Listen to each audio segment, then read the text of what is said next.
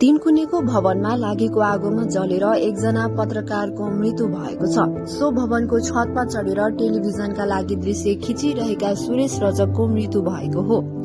Suresh media फिल्डकै उत्कृष्ट video रिपोर्टरका रूपमा थिए। एभी न्यूजमा काम गर्ने उनी निकै मेहनती थिए। राजावादीहरूले तीनकुनेमा गरेको प्रदर्शनमा प्रहरीहरूसँग झडप भएपछि एक भवनमा आगजनी भएको थियो। सो घटना लगत्तै रजक सम्पर्कविहीन समेत भएका थिए। प्रहरीहरूले तीनकुनेको घरबाट असुर ग्यास फालेको कारण सो घरमा पनि आन्दोलनकारीबाट प्रहार शुरू भयो।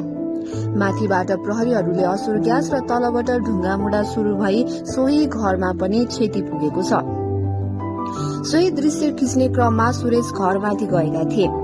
घरमाथि पुगिसकेपछि प्रहरीहरू भने आन्दोलनकारीबाट बस्नको लागि भाग्न थालिसकेका थिए। सोही क्रममा आन्दोलनकारीले त्यो घरमा आगो लगाए र प्रहरीहरू भने आफ्नो ज्यान बचाउनको लागि त्यहाँबाट भाग्न शुरू गरिसकेका थिए।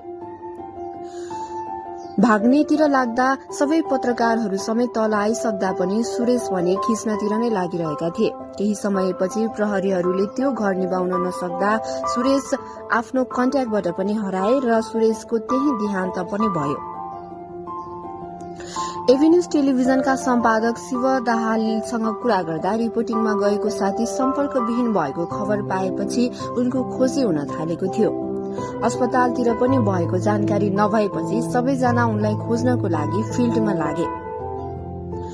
एभी न्यूज टेलिभिजनका अर्का एक पत्रकारले सो घरभित्र आफ्नो साथी भएको जानकारी प्रहरीलाई बारम्बार दिँदा पनि प्रहरीले उद्धारमा चासो नदेखाएको बताएका छन्।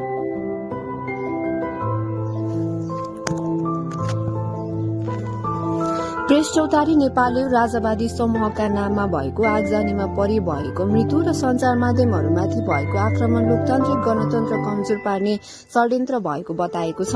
चौतारीले आज एक विज्ञप्ति जारी गर्दै संचारकर्मी सुरेश रजकको जलेर मृत्यु भएको घटनामा चौतारी स्तब्ध भएको जनाएको छ।